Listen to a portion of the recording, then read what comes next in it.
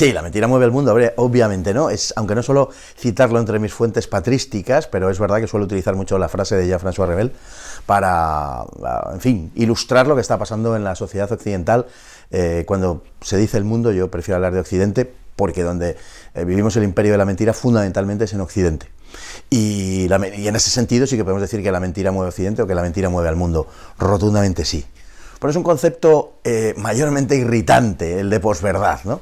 Porque lo emplean sobre todo aquellos que no creen en la verdad. Y ahora de repente en fin, tratan de proyectarse como si fueran los guardianes de una verdad que no saben muy bien en qué consiste, empezando por ellos, porque, como digo, siempre han negado que exista verdad alguna. Y hace referencia pues a todos estos discursos que están impugnando la realidad que era monolítica y supuestamente eterna del sistema en el que vivimos.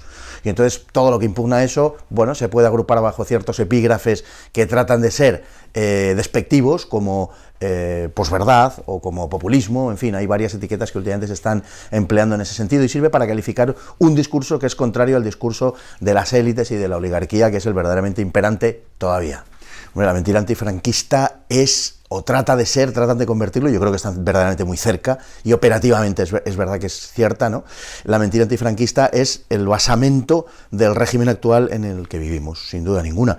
Es una mentira que trata de buscar una legitimación del propio régimen en lo contrario de lo que es el franquismo, cuando en realidad este régimen, es verdad que ya de forma irreconocible, pero procede del régimen anterior, procede de la legitimidad del 18 de julio, guste o no guste, a través de sucesivas reformas, han ido modificando el régimen, como digo, hasta volverlo irreconocible, pero no ha habido ninguna ruptura, que es lo que hoy está reclamando esencialmente la izquierda o un cierto tipo de izquierda. La mentira antifranquista, como digo, pues es la legitimación discursiva del actual régimen, y es una enorme mentira porque el régimen no procede de ninguna legitimidad antifranquista ni nada parecido, pero hoy parece ser la carta de presentación de todo aquel que quiera adquirir su propia legitimidad.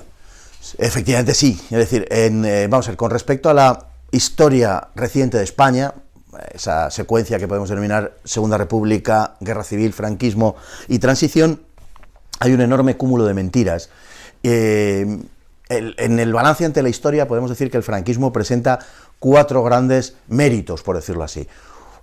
Uno primero sería el de mantener a España fuera de la Segunda Guerra Mundial, uno segundo tiene que ver con su relación con los judíos y la salvación de judíos durante esa Segunda Guerra Mundial, el tercero, bueno, sin precedentes desarrollo económico y social y cultural que vivió España durante la segunda mitad fundamentalmente del franquismo, y el tercero es la transición a la democracia. Incluso habría un quinto tema que sería el de la represión, que merece un tratamiento aparte. Pero estos 4 temas, si nos fijamos, han sido literalmente vapuleados por una historiografía sectaria y enfocada a un objetivo que está preestablecido antes del propio tratamiento del tema, ¿no? Pues uno de esos puntos, que es el del mantenimiento de España fuera de la Segunda Guerra Mundial, es el que trato en mi próximo libro, que como bien dices, pues saldrá, no sé, a principios de mayo, una cosa así, y efectivamente se ha producido una tergiversación verdaderamente increíble, hasta el punto de que hoy se afirma con unas ciertas pretensiones de oficialidad, digamos, que Franco, que España en definitiva, no entró en la Segunda Guerra Mundial pese a la insistencia de Franco por hacerlo,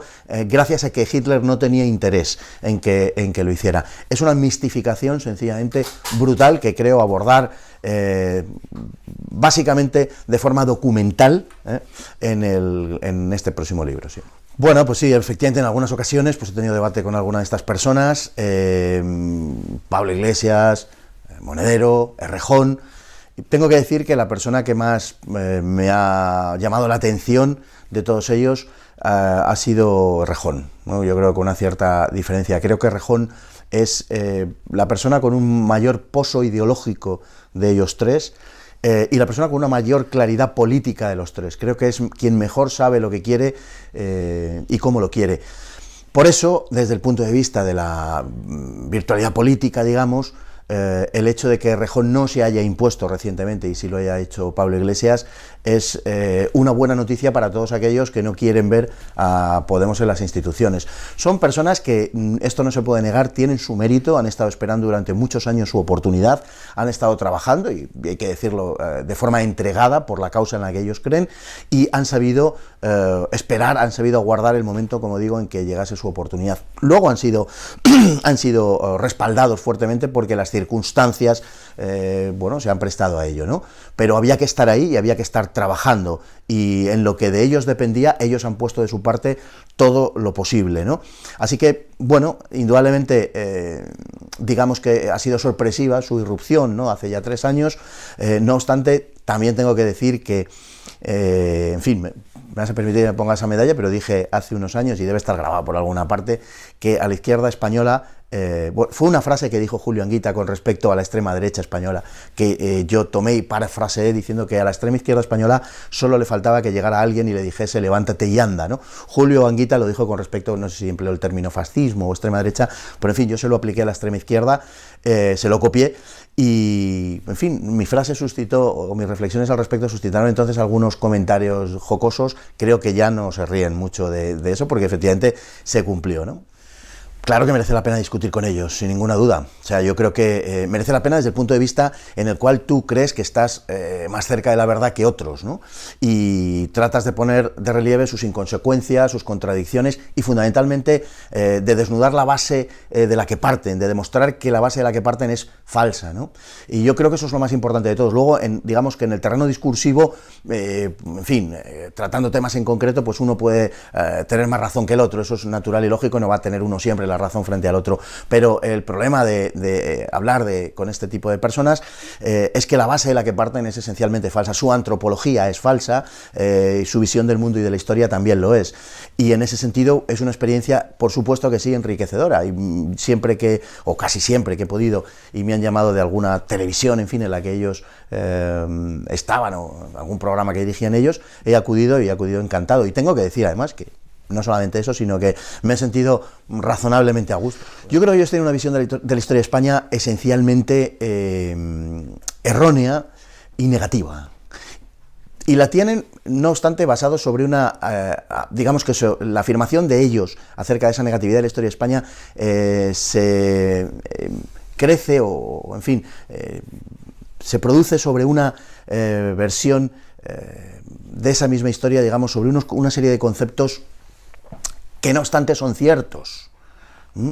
Por tanto, ellos rechazan la historia de España, pero precisamente porque sí saben entender lo que ha sido la historia de España.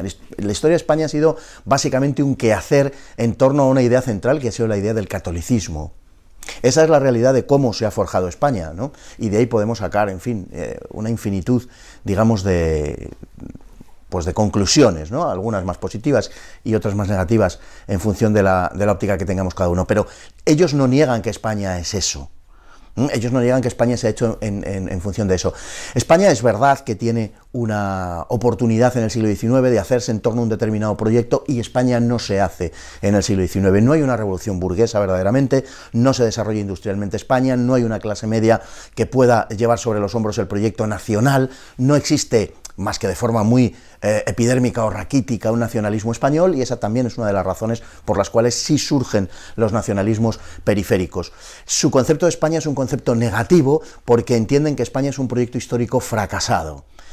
Y toda la ideología de la que ellos parten afirman, como piedra angular del proyecto ideológico que ellos tienen, afirman básicamente eso. No solamente ellos, tomándolos, digamos, de forma particular a los 3 personajes que hemos citado, sino en general todo lo que es la izquierda española, la extrema izquierda española. Parte de ese concepto de que España es un proyecto fracasado, y por tanto ellos lo que quieren hacer es un proyecto novedoso. Incluso emplean la palabra patria, que es una palabra en absoluto desuso entre la clase política española e incluso en la sociedad española o en amplios sectores, y ellos la emplean sin ningún problema ni complejo.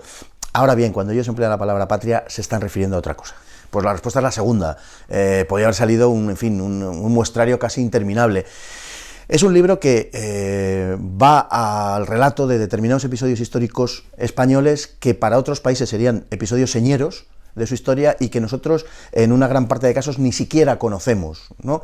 Y por eso me he querido centrar no en episodios archiconocidos teóricamente, que luego en realidad casi nadie conoce, y hablar de Hernán Cortés o de Pizarro, en fin, o de la vuelta al mundo de Elcano, sino centrarme en episodios concretos que son mayormente desconocidos y creo que muy llamativos, ¿no?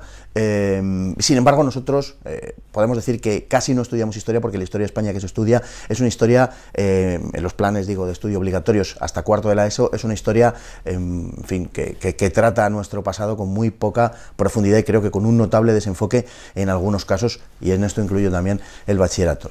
Sí, es una cosa que en sí, tal y como está formulada, es un poco, en fin, echa un poco para atrás, pero que tiene que ver con la imposición de la ideología de género que se está llevando a cabo en nuestros días, ¿no? Y de una forma, además, casi absolutamente descarnada y código penal en mano, que esto es, yo diría, lo más llamativo. No hay ningún género de debate, no hay ningún tipo de debate, y esto se ha impuesto porque ha sido asumido de forma acrítica por sectores ideológicos que en principio, en fin, pues no deberían, o se les supone que no deberían haber aceptado esto, que hoy en día, por decir algo así, ¿no?, que los niños tienen pene y las niñas tienen vulva, alguien pueda ser perseguido, es absolutamente increíble, ¿no? Y además, sobre esta afirmación de carácter antropológico, pues tenemos el problema de la libertad de expresión. Es que se está cercenando de una manera cada vez más visible la libertad de expresión de todos aquellos que disienten de los dogmas impuestos de forma unilateral y, como digo, además sin que haya habido prácticamente ningún debate, porque la ideología de género está muy lejos de ser asumida de verdad desde el punto de vista científico. Es una imposición puramente ideológica. ¿Qué busca? Que busca recrear una antropología, modificar los conceptos antropológicos que habíamos venido sosteniendo hasta hoy y recrear una imagen del ser humano completamente diferente, que el ser humano se haga a imagen y semejanza de lo que los ideólogos de género creen. Naturalmente, detrás de todo ello, lo que está es la creencia de que la construcción civilizatoria ha sido básicamente errónea y, por lo tanto, depende de una serie de conceptos que hay que atacar y que hay que destruir. Y esos conceptos, para quienes profesan la ideología de género, proceden de la incubación en familia, ¿no? Por tanto, el objetivo de todo este tipo de movimientos y de pensamiento es, como ellos mismos confiesan, yo siempre hago una apelación a que se lea a los autores de la ideología de género, que es lo más fácil de todo, que se vaya directamente a las fuentes, pero digo que el objetivo es el de la destrucción de la familia, porque en la familia se incuban los conceptos, como digo, referentes a la autoridad, a todo lo que tiene que ver con el patriarcado, con la heterosexualidad, etcétera, ¿no? Yo creo que si dijeran que no tienen derechos, probablemente sí, tendríamos otra polémica. Si dijeran que tienen derechos, seguramente no, porque obviamente hay un pensamiento políticamente correcto para el cual todo el monte es orégano, ¿no? Y pueden expresarse como lo crean oportuno. Quienes disentimos de esos dogmas, pues sentimos el acoso de aquellos que se erigen a sí mismos como los inquisidores laicos que impiden digamos, la propagación de ideas que sean contrarias. Mira, es indiscutible que el poder siempre ha tendido a reforzarse, por supuesto, y que siempre ha tendido a perseguir al disidente. Lo que sucede es que el poder ha aprendido, y por supuesto hoy no se produce como en otras épocas, mediante la policía, mediante las detenciones gratuitas, mediante el apaleamiento y todas estas cosas, ¿no? Hoy no es un terror físico, es un terror más psicológico y social. Han aprendido y lo que procuran buscar es la muerte civil de la persona. Si tú, por decir determinadas cosas, por expresar determinadas convicciones, tienes el peligro de que te metan 90.000 euros de multa, te lo piensas mucho más que incluso si te van a condenar a cárcel, ¿no? El poder procura no condenarte a penas de cárcel en la medida de lo posible. Lo que procura también es que se silencie tu voz, y la mejor forma de silenciarlo pues es, en fin, recrear todo este tipo crear todo este tipo de tipos penales, como por ejemplo los delitos de odio y otras historias que han inventado realmente para cercenar la libertad de expresión, por supuesto. En cuanto a lo que me has preguntado directamente de los animales, pues obviamente los derechos son solo para las personas, lo cual no quiere decir que los animales no se vean también protegidos desde todos los puntos de vista. No faltaba más, claro que sí. Bueno, yo creo que una de las cosas que han volado por los aires con esta crisis es esa dicotomía heredada de la Revolución Francesa de hace 250 años, o 125 años, que es la de izquierdas y derechas, o derechas y izquierdas, ¿no? No hay derechas y izquierdas. No sé si lo ha habido alguna vez, aunque podemos decir que, grosso modo, sí. Pero desde luego hoy ya no existe eso. Lo que existe es una ideología políticamente correcta y una disidencia. Y eso es lo fundamental. ¿Dónde encajamos el Islam? Pues el Islam es una de las, digamos, de las patas de este banco. Y tiene mucho que ver con todo lo que estamos hablando, lo que pasa es que exigiría una explicación mucho más larga poder encajarlo en ese sentido. Pero no es una casualidad que los mismos que promueven una cosa promuevan otra. El Islam, sin duda ninguna, si estamos hablando de... Claro, el Islam, primero, no hay un Islam, y eso tenemos que entenderlo. Si estamos hablando del fenómeno migratorio, o si estamos hablando de la presencia del Islam en Europa, son cosas distintas. Hay 50 millones de musulmanes en Europa, muchos de los cuales ya han nacido aquí. Este es un continente que ha perdido la fe, que ha perdido el fundamento de lo que le hizo un día grande, pero incluso el fundamento de lo que le hizo, ¿no? Decía Toynbee que todas las civilizaciones son creadas por una religión y que en el momento de su muerte se vuelve a encontrar la religión que les dio a luz, ¿no? No sé si estamos en ese momento o no, pero lo que sí es llamativo es que se promueva el Islam desde un continente que amenaza con sucumbir por un problema demográfico gravísimo y por un problema de convicciones enormemente grave. El Islam es impulsado fundamentalmente por dos razones. Una razón tiene que ver con la identidad europea, tiene que ver con aquellos que pretenden crear un solo mercado y hacer de los europeos unos consumidores, digamos, y trabajadores con unos derechos cada vez menores. De hecho, una de las primeras medidas que se toman en Alemania cuando entran los inmigrantes por parte de Angela Merkel, lo que plantea es la supresión del salario mínimo interprofesional para dar una oportunidad a todos aquellos que vienen sin formación de fuera, ¿no? Y abaratar los salarios. Eso por una parte, y por otra parte es la pérdida de la identidad europea. Solamente se puede manejar a los pueblos que han perdido su identidad, y indudablemente este es el objetivo. Por supuesto, es que no hay derechas e izquierdas, entre otras cosas porque la derecha se ha entregado, digamos, de pies y manos a la izquierda. Hablábamos antes de la ideología de género, y veamos quién la está impulsando hoy más en España. Sin duda ninguna es la señora Cifuentes en la Comunidad de Madrid, pero todo esto empezó en Galicia, que también es una comunidad en manos del PP, en este caso del señor Feijóo, ¿no? Por lo tanto, por supuesto que no, hay un discurso único, que es el discurso de la oligarquía y de las élites, un discurso transnacional que se está imponiendo, o que se estaba imponiendo a los países europeos, y que ha propiciado en la población europea una verdadera reacción. Creo que con excepción de España y algún otro país, pero de los grandes países de Europa con excepción de España, en toda Europa está funcionando ese rechazo al proyecto transnacional, que no olvidemos no es un proyecto europeísta, es un proyecto que incluso sacrifica el europeísmo en aras a un proyecto mundialista, a un proyecto globalista, en el cual Europa desempeña un papel importante pero menor, y a eso se está sacrificando la soberanía de los países europeos. España se queda fuera fundamentalmente por razones, bueno, por muchas razones, pero en el caso político estamos hablando por falta de cultura política. Digamos que Francia, en función de su cultura política, produce algo como el Frente Nacional y España produce algo como Podemos, ¿no? Y eso tiene mucho que ver con la cultura política de cada uno de los países, sin ninguna de las dudas. También podemos ver el nivel intelectual de quienes componen uno y otro, y podemos ver el nivel político y el proyecto que hay.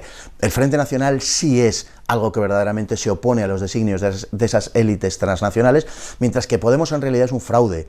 Podemos es el sistema amplificado hasta sus últimas consecuencias. En ese sentido pone al sistema ante sus propias contradicciones. Es una especie de espejo que lo que pide es que los dogmas del sistema se lleven hasta a sus últimas consecuencias. Pero Podemos, obviamente, en un sentido filosófico, es más de lo mismo, solamente que radicalizado. Las respuestas que se están dando en Europa son respuestas de otro tipo, son respuestas diferentes, mucho más coherentes. De hecho, Podemos, por ejemplo, se ha negado a investigar al señor Juncker, ¿no?, en el Parlamento Europeo, pretextando que la iniciativa procedía de un grupo de extrema derecha. En definitiva, ha protegido al señor Juncker, ¿no? Y como esas ha tenido muchas. No tiene un discurso de recuperación de la soberanía porque no cree en la soberanía. Si se defiende la soberanía hay que defenderla frente a Bruselas y frente a la Generalidad. Hay que defenderla frente a quienes conculcan el principio de que la comunidad política se basa en la soberanía del pueblo español. Podemos no es una fuerza soberanista en absoluto, y al contrario pretende hacer descansar la soberanía en muchos casos en las regiones que componen España, en las autonomías que componen España. En España hoy por hoy no hay una fuerza soberanista. Esperemos, y yo lo deseo fervientemente, que la haya pronto, porque creo que lo fundamental es defender los intereses del pueblo español, que no defiende absolutamente nadie, sin la menor de las dudas. sin la menor de las dudas, claro que sí. Cuando estas cosas suceden no es por culpa de uno solo y no cabe echarle, digamos, la culpa al adversario o al enemigo permanentemente. Hay una incapacidad de generar ese proyecto y, de hecho, hasta que en Europa no han aparecido fuerzas soberanistas de este tipo, que luego entre sí son muy diferentes, no podemos tratarlas como fuerzas con una característica ideológica, digamos, única. Sí es verdad que tienen algunas cosas en común, pero básicamente poco más allá de esa defensa de la soberanía no hay casi nada. Pensemos que, por ejemplo, Alternativa por Alemania se opone de una manera bastante contundente a la ideología de género, mientras que los holandeses, por ejemplo, de Wilders, no hacen esto en absoluto, sino todo lo contrario. Entonces, lo único que les une es una recuperación de la soberanía. Yo creo que hoy este es el objetivo esencial, esa recuperación de la soberanía. Y, naturalmente, que principalmente la culpa de que esto no suceda la tienen todos aquellos que creemos que tiene que haber una fuerza que recupere la soberanía. No instalada en digamos, en ninguna de las categorías ideológicas preexistentes. Una fuerza en la que quepa todo el mundo que quiera defender la soberanía de España, que tiene que ser digamos, el objetivo fundamental. Evidentemente no. Las tareas que demanda el tiempo presente son muy distintas de las de hace 10, 15 o 20 años, por no hablar de las de hace 40 años, ¿no? Lo que nazca tiene que ser necesariamente, digamos, hijo del derrumbe de la democracia, hijo del derrumbe del sistema político que vivimos, de la democracia, como se ha entendido hasta ahora. No pueden ser fuerzas que sean hijas del derrumbe del franquismo. Estamos en un escenario completamente diferente y estamos en un escenario en lo que se está jugando verdaderamente. Es una partida entre las fuerzas transnacionales, entre las fuerzas que quieren borrar la identidad y las fuerzas que quieren preservar la identidad y la soberanía de los pueblos. Gustavo Bueno decía que el problema de España no es de unidad, el problema de España es un problema de identidad, y estaba absolutamente en lo correcto, en mi opinión. De hecho, España tiene problemas de unidad porque tiene problemas previos de identidad. Si no existieran esos problemas de identidad, si no se hubiera dimitido de la identidad del ser nacional, no tendríamos seguramente problemas de unidad. Pues Donald Trump no sabemos muy bien dónde queda, de hecho no sé si él sabe muy bien dónde queda. Donald Trump nos acaba de sorprender con su ataque sobre Siria, acerca del cual hay una serie de interpretaciones muy variopintas y muy variadas, pero me temo que el ataque sobre Siria tiene una interpretación más rotunda quizá de lo que parezca o de lo que algunos han querido hacer, ¿no? Más que nada porque no es un hecho aislado, sino que viene precedido de algunas medidas, viene precedido de la salida de Flynn, viene precedido de la salida de Steve Bannon, y por tanto parece un eslabón en una cadena. Obviamente Donald Trump es una persona muy peculiar, muy particular, con un programa en parte, entiendo que seductor, con un programa de recuperación de América para los americanos, y esperemos que esa América y americanos se refiera solo a los del norte, y es un personaje más interesante de lo que algunos han pretendido, en fin, dibujar de él, ¿no? Pero tenemos que esperar porque no sabemos cuáles van a ser los siguientes pasos. Ciertamente un presidente de los Estados Unidos no puede hacer aquello que le venga en gana, no cabe la menor de las dudas, pero esperábamos, algunos por lo menos, esperábamos más de Donald Trump, y de hecho quienes se han caracterizado durante estos años por defender a Donald Trump, digamos, y por nutrir de contenido ideológico el programa de Donald Trump, están retrayendo sus apoyos, ¿no? Eso que se llama la derecha alternativa en Estados Unidos, de forma muy visible, están en desacuerdo con lo que está haciendo Donald Trump últimamente. Parecería que las élites norteamericanas se están imponiendo a Donald Trump, o que éste se está adaptando a lo que éstas exigen. Parecería que al final el establishment se está imponiendo a Donald Trump.